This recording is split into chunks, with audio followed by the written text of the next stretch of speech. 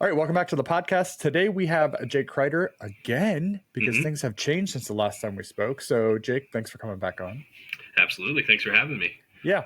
So we did this last time, but I want to do it again just for anybody who may not have heard the first one. So, can you give me your kind of career elevator pitch? If you had to tell somebody your career while riding the elevator with them, what would that sound like? Yeah, so I spent the majority of my career in the beginning in the car business. So I spent 10 years selling, managing, doing everything related to the auto industry. And about 2020, when COVID hit, we shut, our business shut down for a short stint. And when I went back to work, our company was selling, and I was like, you know what, it's time for me to move on and find something else. I've known sales at that point for about 12 years. So sales has kind of always been in my blood. I don't know why, I don't know how, but just always been there. So I just kind of stuck with it and got out and actually transitioned into manufacturing and manufacturing sales. And now I've been in the manufacturing sales world for the last about 5 years now. Okay. So that's just kind of where I'm at and how I ended up where I am. Beautiful. The one reason you asked to come back on, which I want to get into some of this, is hmm what has changed since the last time we spoke? Yeah, so a lot has changed since the last time we spoke. So August, it was kind of like my world got flipped upside down, but Mm. in a way that was, it opens your eyes to really see that, hey, there's more potential out there for me than what I realized and what I gave myself credit for. So, in August, I ended up losing my job, and at that point, I found myself unemployed and just kind of trying to figure out next steps for my life. I spent some time. I took that weekend and went camping with my kids. It was our annual camping trip, so I said, "Hey, we're not missing this. I'm hauling Good you for you. guys up to the camp, and we're gonna camp out for a weekend." So I got back Monday and just got to work as to figure out, what is next for me. What's my journey look like next? And spent a good amount of weeks searching and interviewing and just going back and forth, and really nothing was just landing the way that I Mm. expected it to. And it got to a point where, through a few conversations with my wife and some friends, and it was like, hey, what you've done in the past, why can't you just, do that again, but do it for yourself, and then, maybe work for multiple companies. And this idea of fractional sales was new to me, and that's what they're calling it. And Yeah. I didn't know really much about it, so did a little research and just kind of started piecing some things together. And here we are. I've been at it for since October, so about 4 months now. I'm into this, and supporting a few different companies, mainly in the manufacturing world, Mhm. and trying to stay kind of focused on that because that's where a lot of my connections, a lot of my recent knowledge and skill sets have landed me. So yeah, as of October of 2024, we landed on Kreider sourcing, and we launched it, and I haven't looked back ever since. So just so everyone's clear, Kreider sourcing, essentially what you're doing is fractional BD, fractional sales for anybody or companies who maybe need a little bit of that expansion or maybe are just starting a sales team, don't want to go all in. And you're saying, hey, I got the skill set. You obviously have a lot of knowledge in the industry already from some of the things you've done in the past. So you are looking to come in and either supplement, add to, or completely add as a new vertical for any type of company in that space. Yeah, exactly. So the one thing I've noticed in the manufacturing sector is, there's not a lot of companies that necessarily have a full-time sales team, especially some of the smaller companies. Like, it's just, Sure. it might not make sense for them, and they might not even have some of that marketing team either. So, marketing and sales and manufacturing, again, depending on the size of your company, is kind of new, or it's kind of a foreign concept. So I'm trying to come in and kind of provide a little bit of support, without having to hire a full-time rep. I just give a certain amount, whether it's a certain amount of time, over a given month, or whether it's just, hey, we'll just I'll kind of hang with you. I'll kind of be your brand ambassador. And if something were to come along that I think would be a good fit for your company, hey, I'll send it to you, and we'll see if we can work together and figure out a solution. Mm. So it's kind of there's kind of a few different options that I've taken with this. If you don't mind, I'd like to go back to the moment that you found out that you were on the job market. And one, taking time to do what you did with the kids and keeping that promise, I think, is really important. Emotionally, how hard was that? Yeah, that was. There was a few weeks of some real soul searching. I'll tell you that. The honestly though, the day that I left, it was, I remember hopping in the car with my wife and just saying, hey, let's, I'm going. I'm still good. Yeah. I'm okay. But there was a definitely a roller coaster, and coming out of that and given my skill set and my background, thinking like I'll land something next week. This will be fine. Mm. And everybody's like, well, the job market's down and this and that, and the economy and people aren't hiring because it's fourth quarter. And I'm like, yeah, but come on, I've been doing this for I've been in sales for 15 years now. Like I got this, and yeah, there was a lot of doubts, through that Yeah. period. A lot of just not depression, but oh my word, just some times of like, what am I doing? Mm. And it's in that moment though, it was I got to the point where I'm like, why am I waiting and expecting somebody else to offer me something when I have something to offer that I can just do myself? So it really lit a fire in me, to just kind of step up and say, hey, I've been talking about doing something for myself for years. I'm an entrepreneurial minded kind of person, and why can't I at least just take a shot at something here? So it's where we ended up. Yeah, and that's what I was going to say because last time we talked about some of the ventures either you did or you and your wife did together. So this is not unusual for you Mhm. because like this would be super unusual. Like it would stress me out because I don't live in that headspace. But like you guys have tried and been successful at other crazy stuff too. So Mhm. this isn't completely out of your ballpark. No, it's not. And yes, we were successful, and yes, we failed at things too. And it's like everything I do, and I just kind of go all in, and I hope it works out, and I give everything I have to it, and I try and do it right as best as I can. But there's honestly a lot of things that going into this I had no idea, and there's still things to this day where I'm like, I don't know what I'm doing. Like I'm setting up.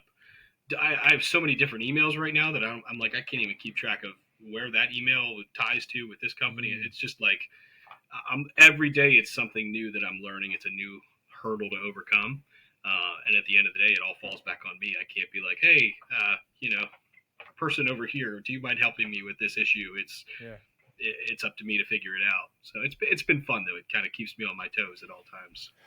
Are you running a like a CRM for yourself to keep all that, and then you're just tagging them as the different companies? I'm assuming to keep them organized. Yeah, so I did a little bit of research on different CRMs, and this isn't a plug for any specific CRM, but I used PipeDrive in my. Same. I was going to actually suggest that it's amazing, It really is. and So it's cheap. it is, and I think I'm on like I'm on the enterprise plan by now because I need so much of it. But yeah, it's one of those things where like we had it when I was 2 companies ago. We had it, and there's HubSpot, there's Salesforce. I'm like those companies are so expensive, but PipeDrive is it's ever changing. Like they're Yes. always adding stuff and changing things. So that has been huge for me to have my own CRM. I can break down each company, have different pipelines and different leads and deals, and yeah, it's really helped. And then the other thing, I don't know if you're familiar with Apollo, which is Mhm. like a big data hub where Yep. you can just go and search for people and search for companies and find out specific knowledge on them. So that has really helped with kind of making connections and reaching out and getting getting a hold of people. So How different was it to sell yourself versus sell a product? you mean with my business in general, with starting up with companies and all that? Yeah, well, and you're selling your skills, right? In Hmm. this part, and I'm sure that's obviously way different. It's obviously way different than the manufacturing products, the Hmm. cars, um, but some of the other ventures may have been a little bit similar. But you're going out and saying like, "I think I can help you. Hmm. This is what I know." Like, how weird was that? The honestly the weirdest part is going out there and pitching myself and explaining to them that a few weeks ago I was just let go from the same type of position, and then the question that I know they're going to ask me is like, well, then why would I hire you if you couldn't do it there? So it's Oh, just that like explaining like, well, listen, like not every company is a perfect fit, and that's okay, and yeah. that just at the end of the day it just didn't work out. There wasn't any ill will or anything that I'm going to sit here and say anything negative. It just wasn't a good fit at the end of the day. But I've been able to overcome that, and I've been able to work through that and land a lot of good companies because at the end of the day, you make the right connections. People know who you are at truly who you are. They know your heart. So it has been it's been interesting. It's been difficult, but at the same time, it's also I've had people reaching out to me from all over the place, and I'm like, this is LinkedIn is incredible. Just the connections and the people that you don't think are seeing you are actually seeing you and watching you, and you just never know. Dude, perfect segue because the next thing I was going into, because you and I are both super passionate about personal branding, and Mm-hmm. we talked about this a little bit last time, but how much did that play into helping this venture? If I look back, I actually pulled all my connections out of my LinkedIn as kind of a nerd thing I did yesterday because I'm like, I got to know who my connections are, what companies they work with, because there's a certain company I needed it for. And I looked back, and it actually gives you when you connected with people. It actually gives you those dates. And I looked at it, and the majority, I would say 90% of it was within the last 3 years that I've connected with people. So, if I didn't push towards that in the last couple of years, I'd be still sitting on my hands doing something else. I'd be probably working for somebody else at this point, not doing what I'm doing now, because that honestly, all those connections that I made through LinkedIn or even through trade shows and then connected on LinkedIn and kept conversations going are the reason that I'm here and where I am today. Hmm. What's your strategy for that? For LinkedIn, For personal branding LinkedIn, because I was at a manufacturing association. I did a little bit of a speech this morning, and I talked a little bit about personal branding and how it can boost culture, you name it, yeah. customers, anything in that space. So, like, what is your approach? Obviously, it helped you start this next venture. 3 years ago, is that when you started taking it serious? Because I only started taking it serious last year. What did that look like? Yeah. So I think 3 years ago I started to connect with a little bit more, a few more people, and started to post a few more things, and started, when I was in the car business, we did a lot of like videos on, post them to YouTube. I don't know if we talked about this the last You time, but I got, used to do some a of this. super cringe. Oh, they're so cringe. Actually, a buddy of mine sent one to me the other day, from 2010. It's like, oh my word, it's terrible. But like, I've always kind of lived in this world of like, just put yourself out there. Yeah. People will see you, and we'll start to kind of get to know you and understand you. And so I kind of slowly dabbled in it a little bit, to a few companies ago, and it wasn't really until in the last year that I really kind of put a heavy emphasis on it. And TikTok's blowing up, Instagram's blowing up. I'm like, I'm not looking to be TikTok famous. I'm not looking to be Insta famous. I honestly like but LinkedIn is also so serious at times where I'm like, how can we make this more fun? So part of my personal branding has just been kind of like I'm kind of like being a little silly on LinkedIn because you know what it makes it more fun, it makes it more Mm. interesting, and people remember you. Like I was at a meeting yesterday, and a president of the company was sitting there with me. He's like, "So did you cold plunge this morning?" And I'm like, That's brilliant. like. So I cold plunged today, and I'm sending him a video tomorrow of it because it's like what, people know you for the dumb things that you do and you post on LinkedIn. How often? Well, that's a perfect example, and I actually brought this up today about how many times people think they know you because of the things you put online, and which is why authenticity is so important, right? You can't be two Mm-hmm. different people, because then when you show up in the room, they're like, "Who the hell is this guy?" Right. Right? Yep. So but you become known as the silly sales cold plunging guy, right? Mm-hmm. And Yeah. there's nothing wrong with that, because when they say, "Hey, I need a manufacturing connection," or "I have this idea," they're going to think of you because you're different from the Mm-hmm. noise. Yep.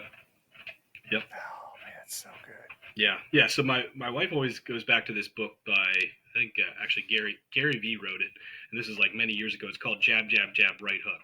So she's Mm. always like, you gotta just like put some fun stuff, and then hit them with the sales push. Don't Yeah. just be so salesy all the time. So I don't necessarily have if you ask me what's your strategy, I don't really have a freaking strategy at the end of the day. I kind of wing it on the fly, but I Yeah. also try and be a little bit, less serious. And then at times I'm like, okay, let's drive it home with a little bit of seriousness because you actually do need to know what I do and Yeah. who I am and what I'm about. So, Mm. What's your consistency? Like, do you have a schedule for that? yeah, I wish I did. I wish I Mm. was more consistent. I've noticed in the past, at least in the past couple of weeks, as things are picking up, that I've been less consistent, and I notice a difference because I know there's an algorithm and there's a way to you got to keep posting and certain times of the day that you Feed the post and what. beast. Yeah, yeah. So I need to develop a better schedule for it because I know there's a need for it. But again, I also run with the idea of don't just post to post. Mm. I have, my wife is always in my ear because this is what she does. She's a social media coordinator at our gym, and Yeah. she's constantly in my ear. I'm like, should I post something today? She's like, if you don't have anything to post, don't post it. Okay, fine. Like that's fair. Like, don't just post to just get your name out there. So Yeah. somebody could argue that on the other side of it too, but I feel like sometimes I'm stretching to just find stuff to post, and like it Mm. just doesn't really. I don't feel like it's really necessary.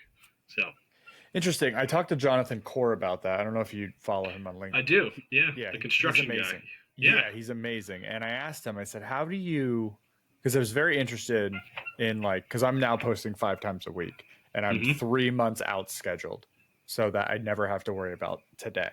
Okay. And I said, so how do you get that far out? And he said, at the end of each week, I brain dump on a Word document. Everything that annoyed me, everything that pissed me off, everything I was excited about for that week. And those all are future post ideas that I haven't figured out what I want to use them for, Mm-hmm. but he just keeps this running list and then Mm-hmm. he knocks them off and highlights them. But it's just this like, so the way I explained it today was anytime you're like, how did they not know that? Like either one person, a group of people, whatever, that is a post because that means that's value that somebody in the world hasn't thought of because you just had one person go through that eureka moment, right? Mm-hmm. And then, I mean, you do it all the time. All you're doing is bringing value back to the audience. That's it. That's what you do every single time, as much as you possibly can. Yep. And then throw in some cold plungers just to let people know what you're into. No, that's a genius idea because it's actually kind of sad. I went to bed last night and my brain is always now it's firing on all cylinders at all times. I can't shut it down. So I went to bed last night and something hit me. I'm like, oh my word, that's a great idea for a post. I'll do that in the morning. And then you wake up and you get to your computer and you're like, what the heck was that post I was gonna put? I have no idea what it was. So yeah, writing it down and in those moments, even when I'm laying down, just type it in your notes and yeah, type it in your phone in a Google Doc or something, just pull it up. Yeah, no, I think that's what he said he does, and he said that's what allows him to just continually never run out of content. Yeah, and I was like, well, that's a good idea. So since you're posting 5 times a week, how do you how has your feed and kind of your response been with that? Yeah, so I actually keep a pretty good structure. So like I've come down to like Mondays are kind of like my motivational Mondays. Like I'll do a quote or something I like that I read in a book or somebody really famous. I've really been leaning into people who are famous, but you wouldn't think would have inspirational quotes. So like, like I don't know, like weird stuff that I think is like, you're like, what, Dr. Seuss said that? Like, that's incredible. Like that kind of thing. And then Tuesday's always my podcast days. So I'm always posting like a video from the podcast. Wednesday, I try to do something like real leadership team value based, that really hits home in the workplace. Thursdays, I'm doing stupid ways I use AI because I think people are so afraid of AI that I want to just creep them in, right? Like, hey, you can look up like what's the best streaming shit for the weekend? This is what I'm into, that kind of stuff. And then Friday, I just play with anything from travel or any of my other hobbies or whatever. Okay. So that's kind of, I'm trying to keep that structure until I get bored of that and I'll switch it up. But yeah. And then do you use a scheduling tool or how do you? Nope. I take like whenever I get a moment, I if I have a free hour, I'm pumping. I try to stay because LinkedIn will allow you to go 3 months out. So I try to stay at the peak of that. So I'm constantly feeding that. So I never have to worry about like next week or whatever. That's good stuff. And you've noticed your feedback and okay. Good to know. The other thing, what's really interesting is the other thing, which I read a long time ago, they said that you should be commenting on like 100 posts a day, which I don't have time for that. I think that's really hard. But I have, since this year, I've made a considerable effort to really comb through LinkedIn, at least for like an hour during the day. And then anything that hits me, I'll comment on. And I've seen quite a bit of impression change just in doing that.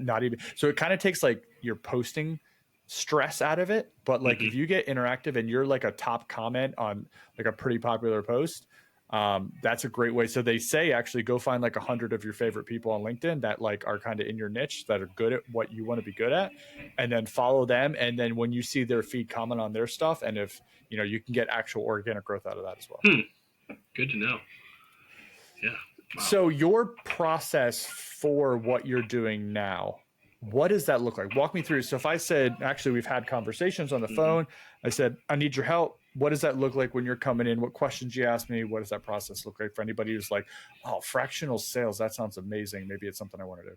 Yeah, yeah. So again, kind of like the whole thing is just I'm marketing to companies that either have a BD team or whether they don't or not. I'm kind of there to just help support it. So kind of where I'm at now is I started out with, hey, if I give you a certain amount of hours a month, let's start with that. I'll kind of I'll be there for you.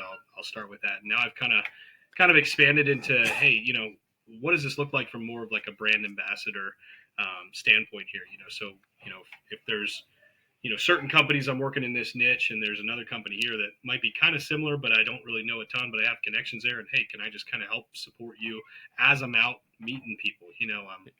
It's just kind of I'm connected to a lot of people in a lot of different things. So yeah, for me, it's just I'm out there connecting on a daily basis, reaching out in different industries. I got companies that are asking me to go after large OEMs, go after the big dogs. And I got other companies that are like, we just need work.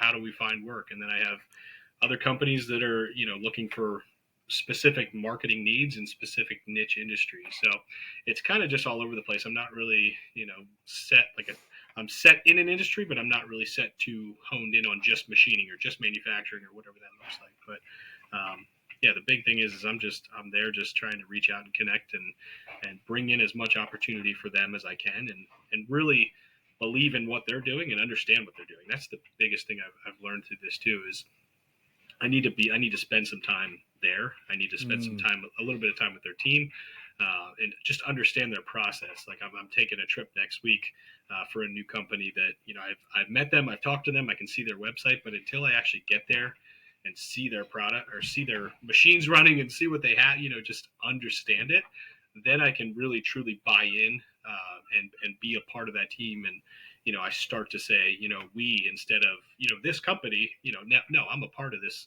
I'm a part of this company. So yeah, it's something I'm learning every day. Is just how do we transition that? What's the team dynamic look like with that? Because fractional things can be it's probably almost viewed as a little bit of a subcontractor until you're not, right? Until you get glued in. So what have you run into from a collaboration standpoint? Good, bad? What is that usually? What have you seen so far? Yeah, so far it's been really good. Like there's one company that I'll actually show up to their weekly meetings Beautiful. and actually sit in on the meetings, and it's kind of like again, it's almost like I'm kind of one of the team. I'm there. I'm providing input. Because if company names come up and I'm like, hey, I have a contact there. I've worked with them before. I know this guy and he knows that guy, and there's a lot of healthy collaboration that happens when we're all in the same room together. Now, it's not something I can commit to with every company on every week, but to just have that availability to say, hey, if needed, I can show up, and if needed, I can go there, and if needed, whatever. I want to work with you and not butt heads with anybody. Yeah. So are they asking for a lot of site visits? Are they looking for you to just be more active on LinkedIn? Go to like what do they call it? Not conventions, Like the different trade shows. Yeah, trade shows and things stuff. like that. A little bit of everything. Yeah, it just kind of is kind of personal preference and customer preference. It's I try and not do a lot of travel, because even when I was in BD myself, just working for different companies, I found that even the travel sometimes can just be wasted. Totally. It's as there's a time to travel and there's a time not to. Just showing up and knocking a door and expecting somebody to be there and welcome you with a warm greeting is not the case anymore. Even if you bring donuts or cookies or whatever, like, people just don't want to see you. So unless I've had people invite me out, and then I'm like, absolutely, I will. I would love to come out and see you, but Yeah. I don't love a cold door knock and walking in. Yeah.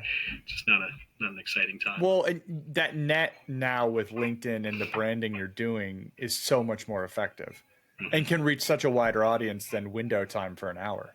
Yeah, absolutely. Yep. That's really good. I'm assuming when you're targeting and targeting is probably the wrong word. When you're trying to get with a new customer or who's the people you're talking to? Like who are you targeting, and who is your first contact to say like, hey, we may be interested in your services. What does that look like?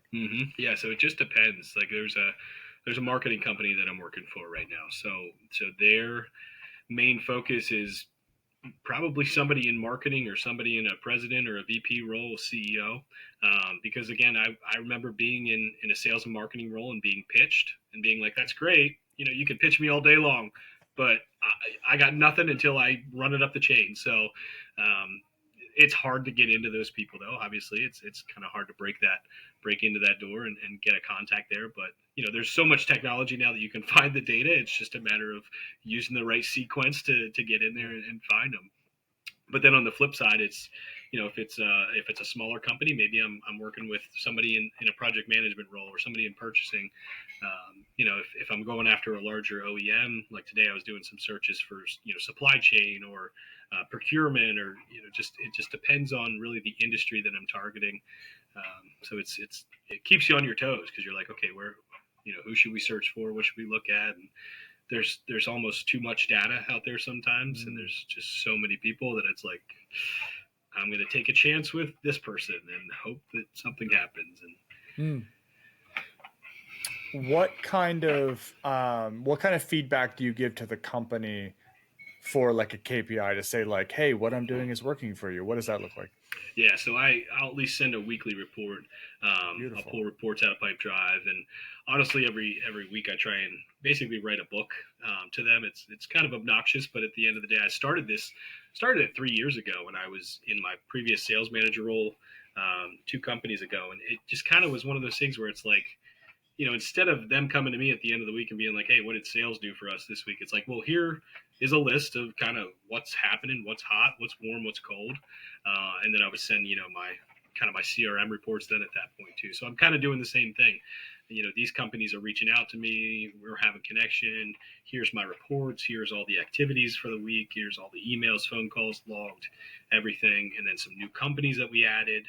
And, you know, in Pipedrive, you can, you know, take it from this deal stage to this one to that one. Yeah. So if anything moves like that. So, but if anything comes throughout the week, like, and I always tell all my customers this too, like, if I'm not working for you on a Monday and an email comes in, I'm not going to wait till Tuesday to respond to that email. Like yeah, that's really good. If I got a minute, I'm going to grab it and I'm going to hit that right away. Cause that's what you need to do. You need to grab it right when it's hot. So, yeah, that's really good. I don't think I thought about that as a concern until you said it right there. Cause we have like an unwritten rule in our BD team of like a 2-hour turnaround, right? So something comes through the website, like we're grabbing it. And even if it's just like if they're on vacation, I'm the one saying, hey, I got even if it's just I got your email, we'll get it to the team because it's Friday afternoon and I know all the PMs and estimators are gone, right? Yep. But it's just that feedback loop. So yeah, I didn't think so. You're no matter what, like, but that's also, it's what you love. Like this, you are like in your passion zone. So it's getting back to people, connecting with people, and then finding how that collaboration like wins for both sides. Yeah, it's so funny how, you know, because you don't realize how many reach outs you do in a weekly basis. And you get to the end of the week and you send your reports, you're like, oh my word, I sent how many emails and how many calls, and oh my word. And then it's like you get one and you're like, you just won the lottery. Like, and sometimes it's like, yeah, hey, possibly let's connect in a few weeks. And even that's like, I still won $10, you know, it's, I got something.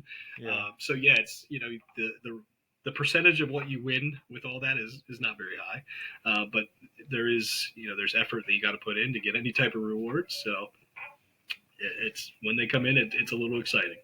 Are you feeling with the companies, and you don't have to get specific on companies, but are you feeling that like we are hammered right now at SWF?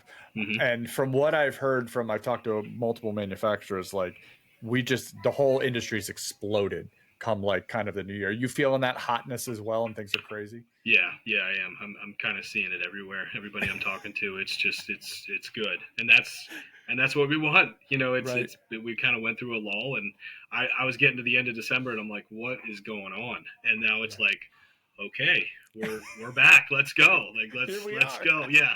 I'll tell you what, so in the car business, the week between Christmas and New Year's is absolutely crazy. It's the biggest week of the year. You sell you sell half the cars in that week that let's say you sell 100 cars. Well, you sold 50 just that week. So the week between Christmas and New Year's in manufacturing, and then this year it fell on like a midweek, and what like Is that dead. was the longest week of my life. Just like, please, when does this end? When are the holidays over? I can't get a hold of anybody, and then so I'm so happy to have people back and responding and Yeah. working and manufacturing. Yeah, just seeing things just moving. It's been great. Let me ask you about ghosting, because I just said this today, and I don't think people normally believe. So I would say I'm like 95% on getting back to anybody who DMs me on LinkedIn. Even if I don't agree with the approach, it could be abrasive. I want nothing to do with the solution they're providing, but it's, a simple thanks, this isn't really in my wheelhouse, or we have a process for this, or we already have a solution, blah, blah, blah. What are your, coming from the person who's probably doing some of that? Like, I know a lot of people just get annoyed and don't care and never respond. Like, where do you sit on that fence? Yeah, so I'd say if I see that you took the time, okay, I'll put myself in your shoes. If I see that you put the time and you wrote out a personal note, email, LinkedIn message, whatever, great. Okay, I would respond to that. If I'm constantly getting bombarded with AI generated responses, I will ghost you, and I would expect you to do the same. But I struggle with that then on my side too, because I'm like, how easy is it for me to just start sending AI generated emails, and I'm guilty of that, Sure.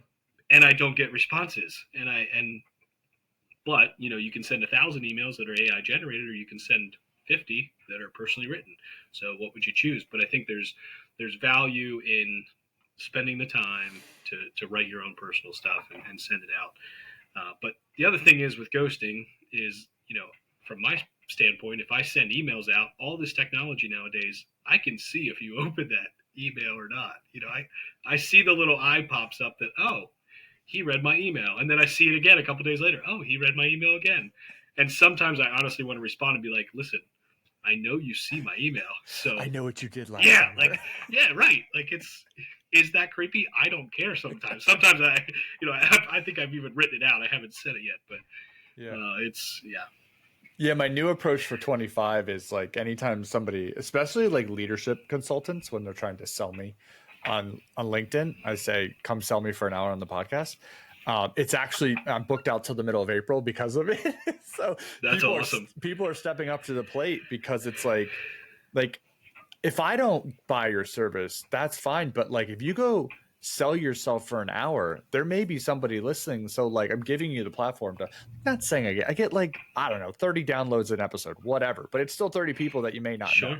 Yep. Right. So and surprisingly, a lot of people have said yes, which really surprised me. But like I'm trying to get people to think a little bit outside the box of just like doing the bare minimum. Like I understand that some people don't want a personal brand, they don't want to put themselves out there, but then maybe sales isn't for you, Mm-hmm. right? You maybe chose the because you kind of have to Mm-hmm. at some point, or you better have a fucking great product that you don't have to work Mm-hmm. that hard for. Yep. Yep. But I don't know. I get very bent out of shape about that. If you can't I tell. like it. I could talk. It's kind of one of those things where I'm like, I don't even think if you looked at me and you hung out with me, you'd be like, your personality is not sales. But then it's like I almost like flip that trigger of like, oh, I love this world. I love. It's more of like the game. Like it's just it's the Interesting. competition. Like what can I do to find a way to get a hold of you? And it's so funny though because in my previous role, I was doing the same thing, and my passion from my previous role to now is completely different. Now it's like I just love doing Why? this. I think it's because it's for me. Like it's me, and it's me against the world, and it's me supporting everything. Not that I wasn't supporting, what I Yeah. was doing before, but it's like there's just a different found passion when you're doing it for yourself, and Mm. it's not for everybody. But in this time of my life, I'm like, I love doing this. This is fun, and I like seeing the results. Obviously, too. I like seeing Yeah. that it's working because it gives me a little bit of confidence in myself. That like, oh shit, okay, I know what I'm doing. I can do this, and I Yeah, can do it well. that's so good to hear, because I've had a couple of things in my head that I haven't pulled the trigger on, and it's like, you think you have people that would be interested, but until you actually rip the band-aid off, it's like you're Hmm. not really sure. And but the part of is it like what scares me the most is like getting in my own head that like when you do something and then it doesn't work out for maybe a week or a couple of weeks, but you gotta just keep believing that it's like it's the right thing, right? So Hmm. I'm really leaning on like, okay, what are my core values as a person? Like this fits into this exercise that I want to do, fits into those. So like if that's what it is and I'm true to myself, like just send it, right? And Hmm. let's see what happens. So in the culture conversation I had today with the Manufacturing Association, I talk a lot about engagement with our culture at SWF. And I think that is pivotal for a good culture is employees that are engaged. And I think what you just told me in the sense of engagement, like you're very engaged because it is your baby, Hmm. right? That is like the ultimate engagement. All entrepreneurs who start their own thing are always the most engaged employees. And they're usually saying, why don't other people work as hard as me, right? Because it's not their baby. Right. Yep. Yep. So essentially your engagement into your own success because it is your thing is exactly what's fueling you. Hmm. And what I was trying to explain today in the group is like I do believe you can get, because not everybody, I'm not an entrepreneur. I struggle with the risk of it and all that stuff. Not everybody can be that, but it can, I really think you can get engagement on multiple fronts from your employees. And I think that's what drives like, I'm going to do a little bit more. I'm going to go above and beyond. I'm going to answer the email, even though I'm not working for you on a Monday, because like it's who I am. My name's Hmm. on it. Right. Yep. I think that's so fascinating. Yeah. Yeah, and I mean, you've created a culture at SWF. Like Mm. you can see it, and I think you even posted about it, like how much response you got, from people that are looking to work there, just because of that. And it's not just you. Like I would Correct. say it's just you, but it's not. Like I know you're building that team, and people will buy into that, and it starts with you, but then it's just continued to grow, and it's just awesome to see. Are you how big can how big can Kreider sourcing get? What's like you obviously have your box. I'm assuming you don't have a lid on this beast. Like what's your 5-10 year? Like what do you think? Are you gonna have a bunch of little Kreider sorcerers running around or what? Little sorcerers. Bunch of wizardry. Yes, yes. And my son is already he's slated to be next in line to take over the Brilliant. company. But like it's really cool. It was like when my kids would bust my balls for weeks on end. Like, Dad, you could go work there. Like it's like and nothing's wrong with working at Domino's or anything like that. But Yeah. that we would drive by a sign, and he's like, Dad, you could go work there. I'm like, yes, buddy, I could do that, but I'm not going to. Not Thanks. just not. Dad's already low. Thank Yeah, you. yeah. Thank you. I didn't need that kick in the balls. Thank you. Appreciate that. But yeah, so yeah, he's next in line. No, so back to my story. That's where I was going with this. So when I told him, hey buddy, I'm starting my own company. I'm doing my own thing. Like the look on his face was like, you're the coolest person ever. Like this is the Oh, greatest that's thing. so Like cool. you mean like we can do this? I'm like, yeah, buddy. And one day you're probably gonna take this over. So yeah, I what the future holds, I don't know, but I'm already like, okay, what's next for hiring somebody to do part of this and part of that, Yeah. and because you're right, like it's just in the initial few months that I've been doing this, there's a need. There's clearly a need, and it's not like I just made this idea up on my own. Like it's always been out there. It's just I have the skill set in this industry to help companies do this. So I think there's certainly potential to continue to grow this and take it a day at a time. Right now, Mm. I'm trying not to get too far ahead of myself and look too far into the future because I am still entrepreneurial minded. And I'm like, well, great, I'm going to get this off and running. I'm going to hand this off to this person to continue to run it, and then I'm going to go start this other company, and then I'm going to go do that. And it's just like slow down, just take your time, and so. And Yeah, my what I think is unique is like you're right. There always is a need, the BD need, but the other piece of it that we talked about earlier, the personal branding, not everybody's comfortable with. And if they don't take advantage of it, which the power of that, and you're not afraid to lean into that, there's a ton of companies who have, I believe, BD people that will not want to step into that realm hmm consistently. hmm And like there's a huge upside to that if they can go pay for that service or pay for that BD approach, like that could be game changing for them, because like you're out there everywhere and like your connection net just keeps getting wider Mm-hmm. because of the things you're doing really for yourself, but Yeah. also benefits them in the same time. Yep. Yep. Absolutely. That's really good. Dude, I'm so stoked for you right now. Yeah, my wife said she had a vision yesterday of me celebrating our 25th anniversary of Kreider sourcing and everybody's family, and I'm like, well, that's great. Like, that's okay. That's I'm good with that. Yeah, it's just it's so funny because I if you would have asked me a couple years ago, hey, would you start your own business? I'd be like, absolutely, I'll start my own business. And then if it would have been this, I would have been like, no, this is not what I would be doing. Interesting. Why? It just never. I don't think it ever really came to me. Like it was never really like an understanding of like this could actually be a business.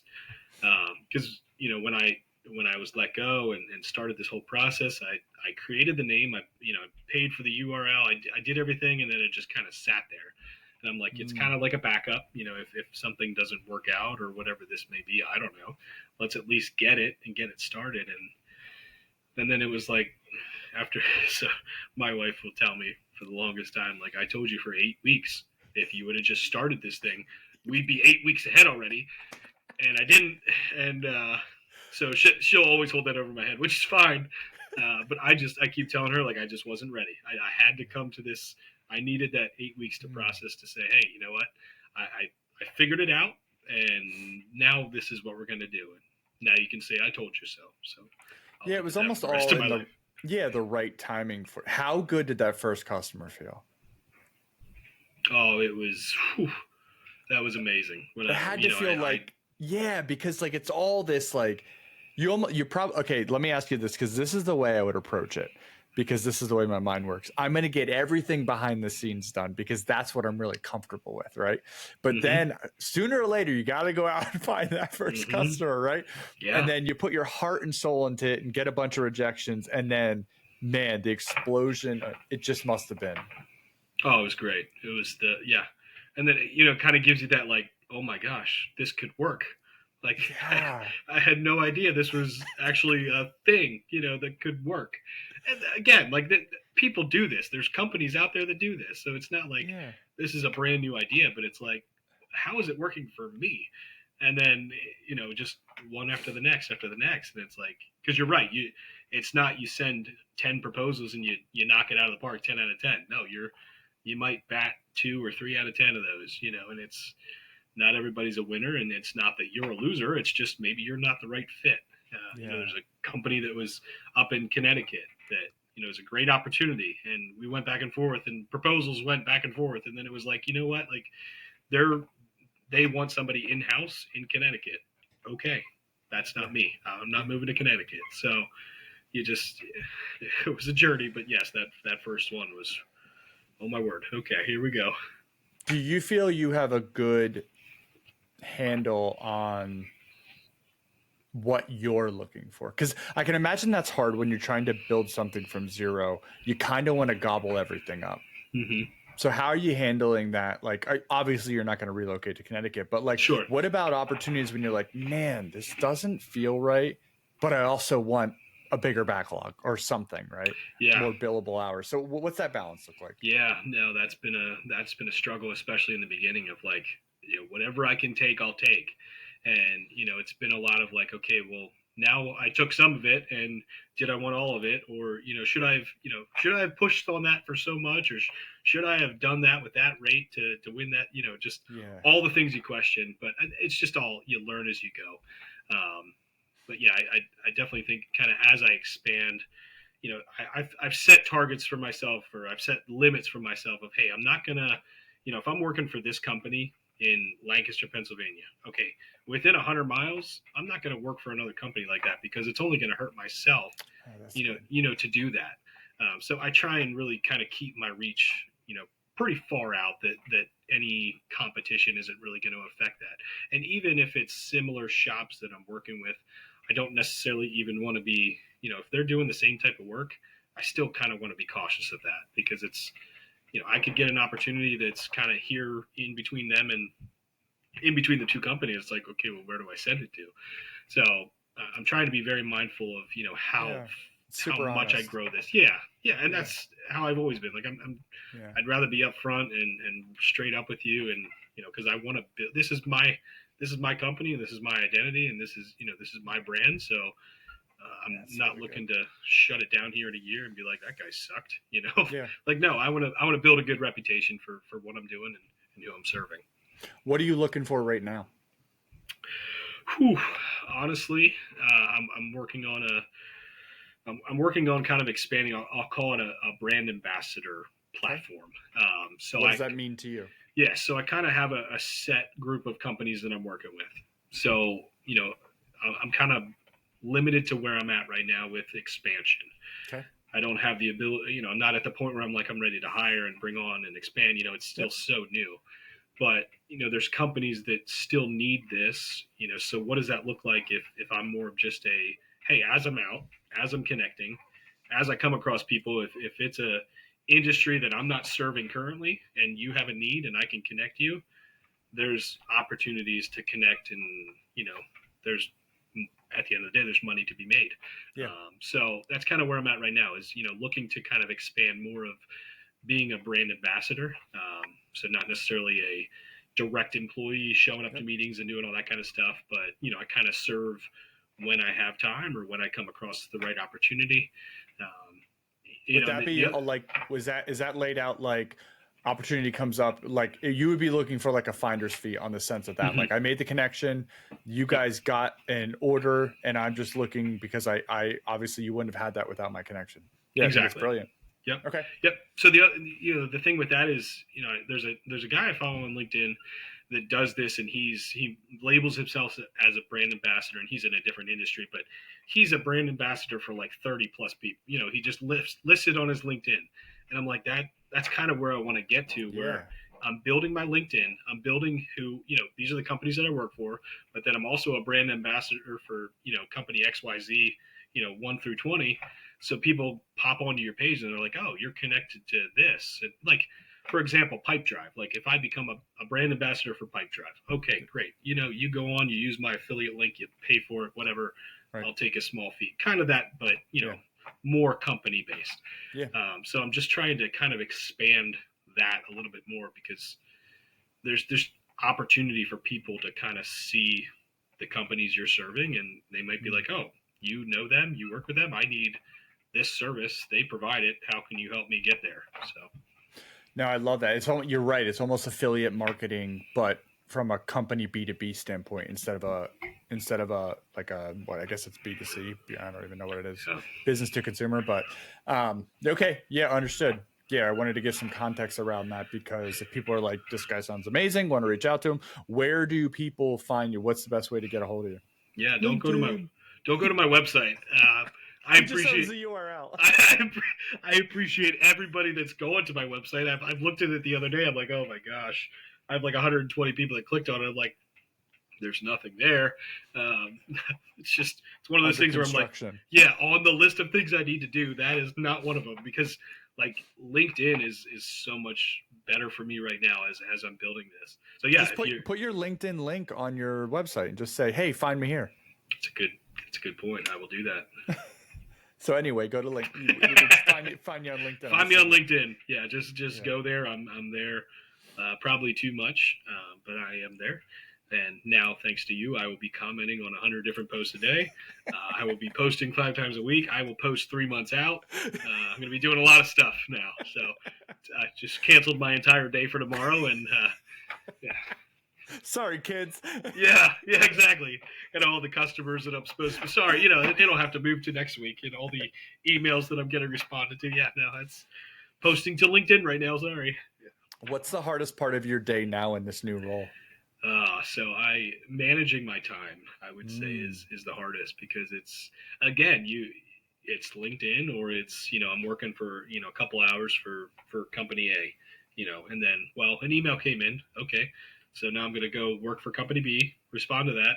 And then I get sidetracked, and then, so it's just finding that balance, and making sure, I have, apps and stuff to kind of clock in, clock out, and kind of keep myself accountable Yeah. to make sure I'm getting the right amount of hours in for each company in the week. And because where I came from in my past, I've never really clocked in to a job before. Salary based. Yeah. Yeah, it's just always been a thing that's been kind of, I've never really been involved in that. So this is a new concept to be like, no, I have to make sure I hit specific hours and get that done correctly. So Yeah, I think that's really good. And from that process, the one thing I'm sure you sell a lot, and it's obviously all of your personal brand too, is you're trusting. You really put on a trusting individual, and to do something like this, people have to trust that the work you're doing for the hours that you're doing, especially if you're clocking in and clocking out.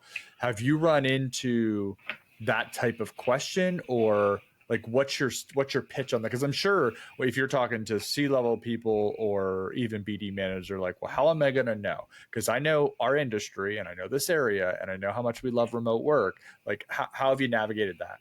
yeah, it's been, some companies don't ask for anything, and some companies ask for reports of Beautiful. my weekly. What did that look like? What Yeah. were your how many emails did you send, and all this stuff. And it's just, and a lot of that is like building that trust too. Like, I expect the one company I'm working for is nowhere around here, and we've never, we met once in person, and Yeah. they're not going to come check on me. They're not going to come knock on my door because they're thousands of miles away from here. So, but yeah, just it's going to take some time to kind of build that trust and understanding.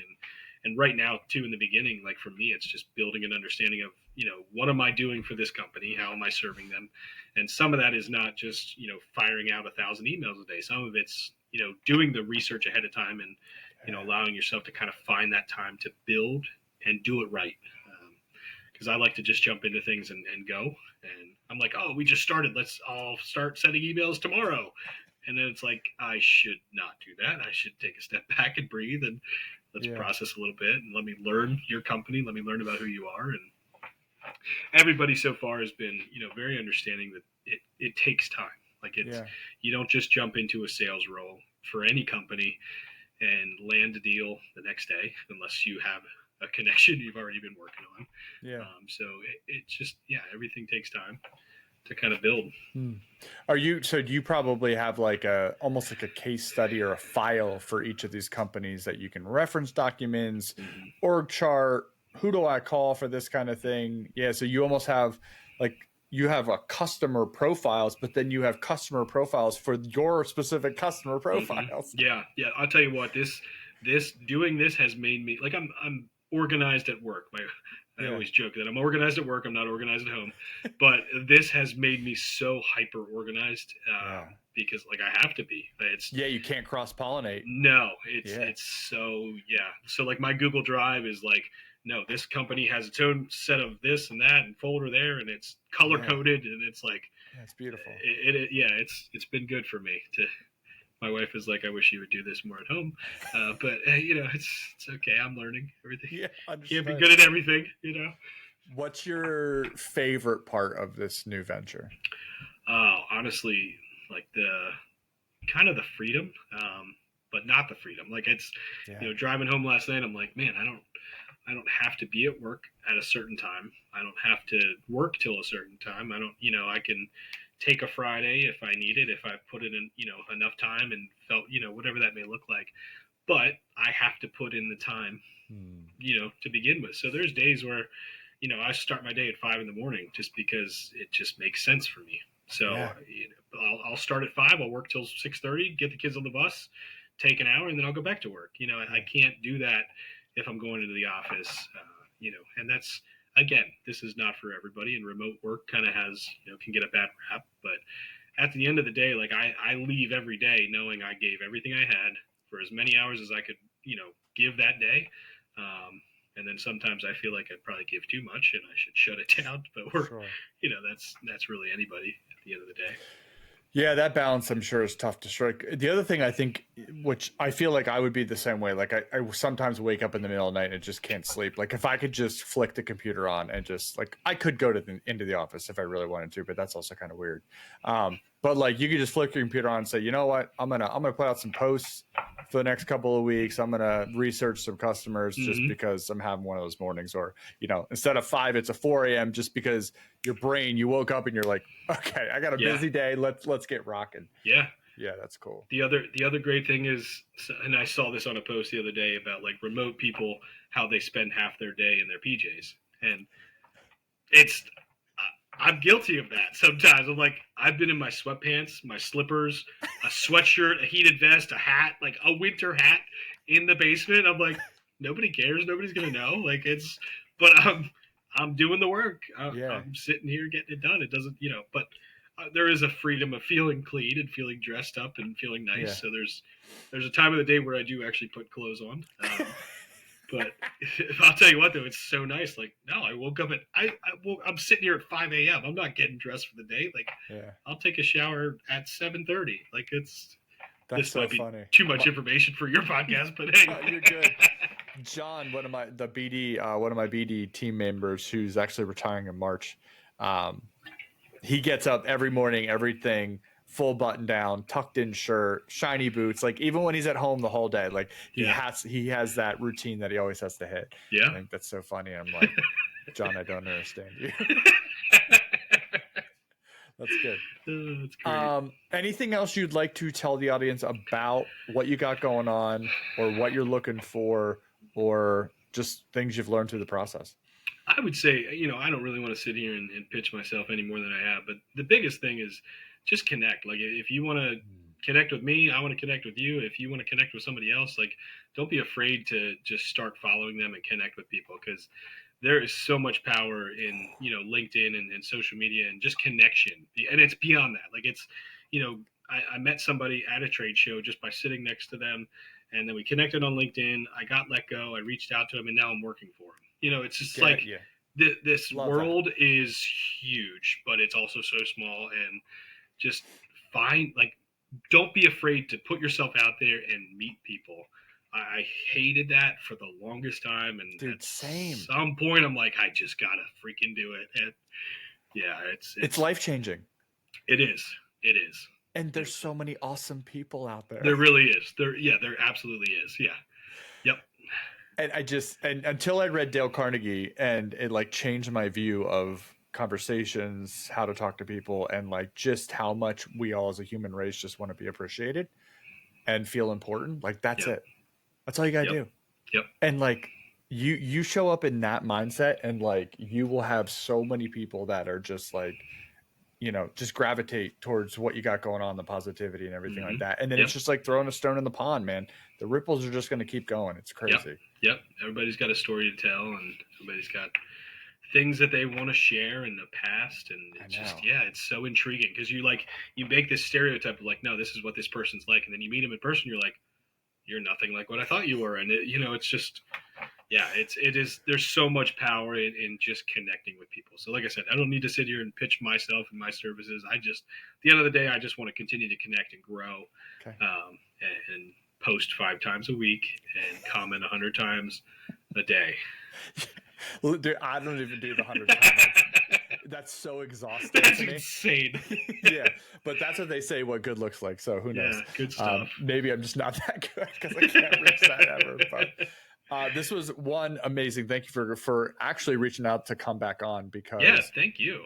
You did have quite a bit of change, and I was very interested. And I was looking forward to this because I've been doing a lot of interviews with people I don't know, and that comes with its own stress, right? Mm-hmm. So I was like, okay, this will be easy. I already know Jake very well. Like this will just flow. And so I was looking forward to it, because the last couple, it's like, I get really hard on myself to make sure that I'm like, okay, new person, got to get into it. Want to make sure they get to say everything they want. And this was like, you know what?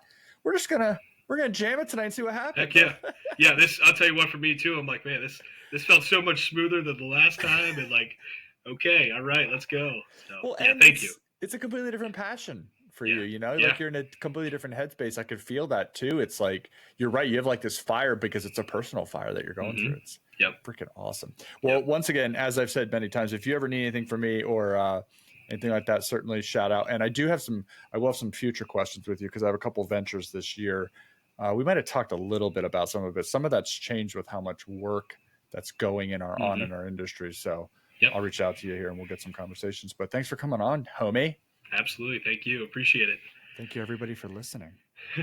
Thank you.